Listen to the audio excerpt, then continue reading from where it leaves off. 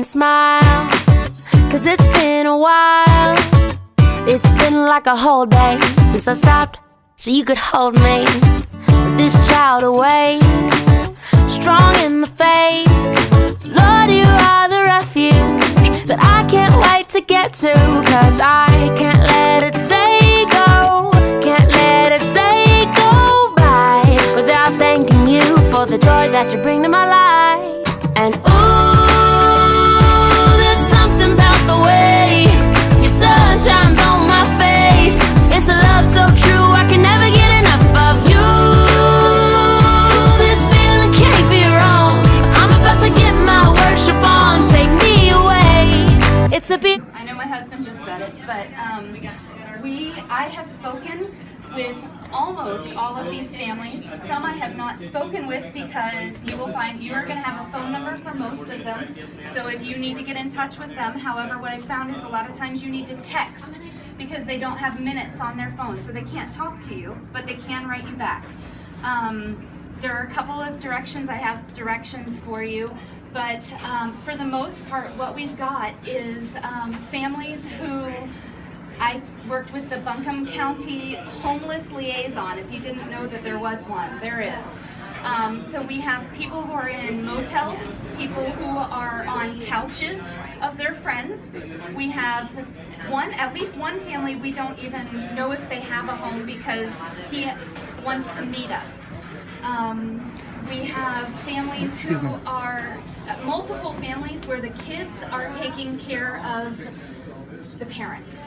We have one family where just last night or this morning the mom was picked up, and so the kids are by themselves right now. So whether you are delivering to one house, which it might be the case, or 2 houses or 4 houses, you are making a difference. And don't feel like the one house is a huge help and a huge difference for those people and for us, because we wouldn't be able to deliver.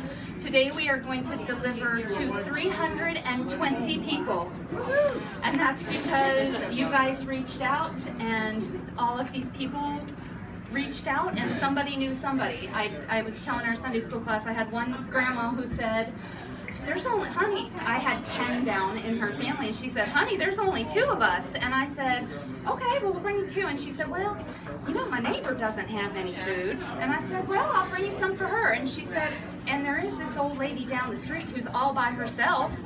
I said, "Ma'am, I'm gonna bring you 10 meals, and you deliver them to the people that you know." So, thank you.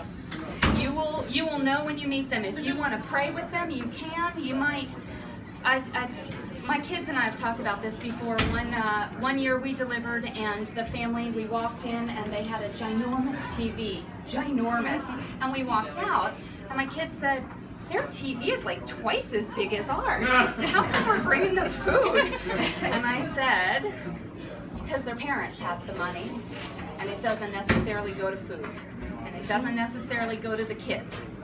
And so almost all of these families are from the school system. They are in the public schools, Asheville City, Buncombe County, right here across the community. I mean, they are literally, if you are in high school, you may see somebody that you know, and that you didn't know was in this situation. So thank you so much. What I am going to do now is ask you to raise your hand. I have separated families into delivery zones.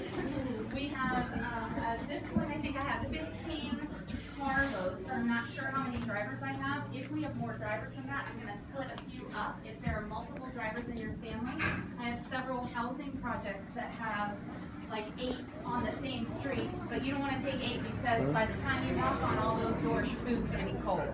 And that's why if you get one person, I've got some that are way out in Candler, and only one that's way out in Leicester, 2 that are in Arden in different parts. We're going all over the county. So I tried to think of who was where, and you may not be close to home, but thank you so much.